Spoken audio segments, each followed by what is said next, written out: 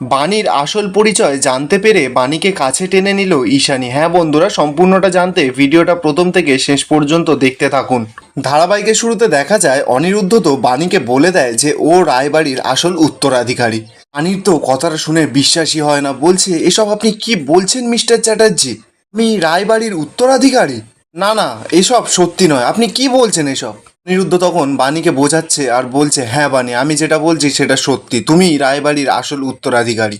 পিনাকি রায় আর ঈশানী রায়ের একমাত্র সন্তান বাণী রায়। কথাটা শুনেই তো বাণীর পায়ের নিচ থেকে যেন মাটিটা সরে যায়। বাণী তখন বলছে, আমি বাণী বিশ্বাস, ছোট রাজপুরের একটা ছোট্ট গ্রামের গরিব ঘরে আমি জন্মেছি। ধনপতি বিশ্বাস আমার বাবা। আমি জন্ম থেকে মাতৃহারা। আমি ছোটবেলা থেকে অনেক কষ্টতে মানুষ হয়েছি, আর তাকে আপনি কি বলছেন আমি রায়বাড়ির উত্তরাধিকারী? না না, এসব কিছুতেই সত্যি হতে পারে না, এটা সত্যি নয়। নিরুদ্ধ তখন বাণীকে বলছে, এই কথাটা ততটাই সত্যি যতটা সত্যি সূর্য পূর্ব দিকে ওঠে। আমি বুঝতে পারছি তোমার পক্ষে এই সমস্ত কিছু মেনে নেওয়া সম্ভব নয়, তোমার খুব কষ্ট হবে, কিন্তু এটাই যে সত্যি বাণী। আমিও জানো তো, প্রথমে সত্যি বলতে আমিও বিশ্বাস করিনি, আমিও মানতে পারিনি, কিন্তু আজ আমি নিশ্চিত, তাই আমি তোমাকে জোর গলায় বলছি বাণী।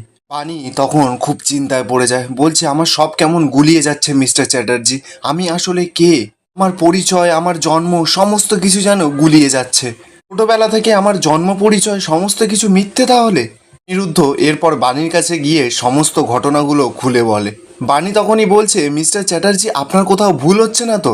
নিরুদ্ধ তখন জানায়, না বাণী, আমার কোথাও ভুল হচ্ছে না। তুমি যে ধনপতি বিশ্বাসের নিজের মেয়ে নয় সেটাও মামুনি খুব ভালো করে জানে। বাণী তো এবার রেগে মেগে মামুনিকে ডাকা শুরু করেছে, বলছে মামুনি তুমি কোথায়, মামুনি বেরিয়ে আসো। বাণী তো এরপর খুঁজে খুঁজে মামুনির ঘরে চলে যায়, মামুনিকে বলছে, মামুনি আপনার সঙ্গে আমার কিছু কথা আছে। মামুনি তো কিছুই বুঝতে পারছে না, বাণীকে বলছে, বাণী কি হয়েছে রে তোর, তোর এরকম মুখ চোখ লাগছে কেন? বাণী তখনই সরাসরি মামুনিকে বলছে, বাবা আমাকে কুড়িয়ে পেয়েছে, এই কথাটা কি সত্যি? মামুনি তো এবার তোতলাচ্ছে, বলছে এসব তুই কি বলছিস, এত বছর পর এসব আবার কোথাকার কি কথা? বাণী তখন বলছে, আমি তো সেটাই বলছি, এত বছর ধরে যে আমি কথাটা জানতাম সেটা কি সত্যি না মিথ্যে? আমি যেটা জানতাম, আমার পরিচয় যেটা ছিল সেটা আমার পরিচয় নয়, তাই তো? এই সমস্ত পরিচয় কি মিথ্যে? আমাকে সত্যিটা বলো এক্ষুনি তুমি। আমি বুঝতে পারছি না, আমার মাথা কিন্তু কাজ করছে না, তাড়াতাড়ি বলো মামুনি আমি কে।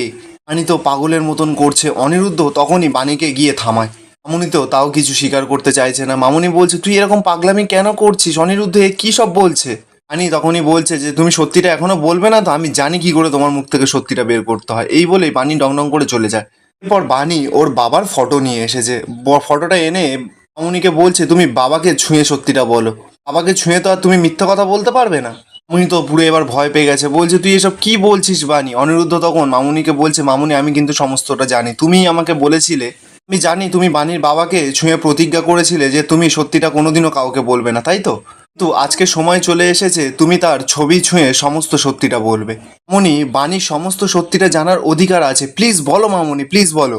মামুনি এরপর বাণীর বাবার ফটোটা ছুঁয়ে বলছে, আমি তোর কথা রাখতে পারলাম না রে। তুই ঠিক বলেছিস বাণী, এই ধনপতি তোর বাবা নয়, আর তুই ধনপতির সন্তান নোস। ধনপতি তোকে রাস্তা থেকে কুড়িয়ে পেয়েছিল। বলেই মামুনি খুব জোরে জোরে কাঁদছে। কথাটা শুনেই তো বাণীর পৃথিবী যেন ওলট পালট হয়ে যায়। বাণী এবার ঠাকুরের সামনে গিয়ে বলছে, ও ঠাকুর, আমার বাবা নয়, আমার পরিচয় কি তাহলে? তাহলে আমার বাবা কে? আমি কোথা থেকে এসেছি? আমি এতদিন মিথ্যে জানতাম, আমার পুরো পরিচয়টা এতদিন মিথ্যে ছিল ঠাকুর। বলেই বাণী তো ঠাকুরের কাছে হাত জোর করে খুব কাঁদছে। ঠিক সেই সময় দেখা যায় ঠাকুরের কাছ থেকে একটা ফুল বাণীর হাতে পড়ে। বাণী তো ফুলটা জড়িয়ে খুব কাঁদছে।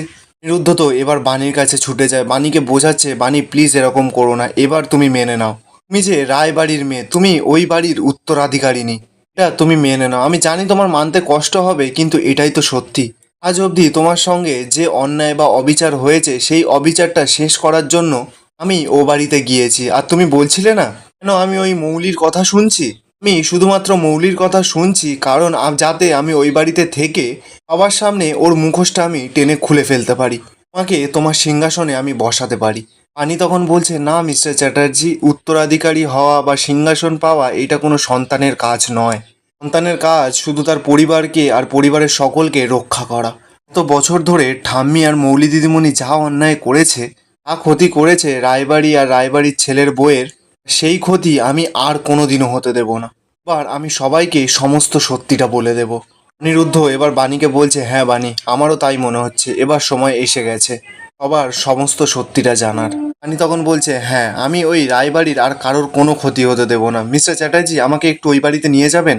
অনিরুদ্ধ তখন বলছে, এক্ষুনি, এত রাতে? বাণী তখন বলছে, হ্যাঁ, আজই, এক্ষুনি। অনিরুদ্ধ তখন বলছে, বেশ, কিন্তু আমার একটা ইচ্ছা আছে যে ওই রায়বাড়ির মেয়ে আর তার উত্তরাধিকারী ওই বাড়িতে পা রাখবে তাদের নিজের সাজে, রাজকন্যার বেশে। অপরদিকে দেখা যাচ্ছে নয়নতারা তো ডাইনিংয়ে বসে বসে ভাবছে আর বলছে, এ আমার নাতনি হলে কি হবে, এ নয়নতারা রায়ের মতন খেলোয়াড় নয়। মানে মৌলিকে বলছে আর কি। ও কি ভাবছে যে অনিরুদ্ধ এক্ষুনি এখানে চলে আসবে? এই বাণী ডাকাত রানী অনিরুদ্ধকে কিছুতেই ছাড়বে না। ঠিক তখনই দেখা যায় পুরো সারা বাড়ির কারেন্ট চলে যায়। নয়নতারা দেখতে পায় যে গেটের ওখান থেকে যেন কোনো দুজন চলে আসছে হাঁটতে হাঁটতে। আর ওই দুজন ছিল বাণী আর তানিয়া।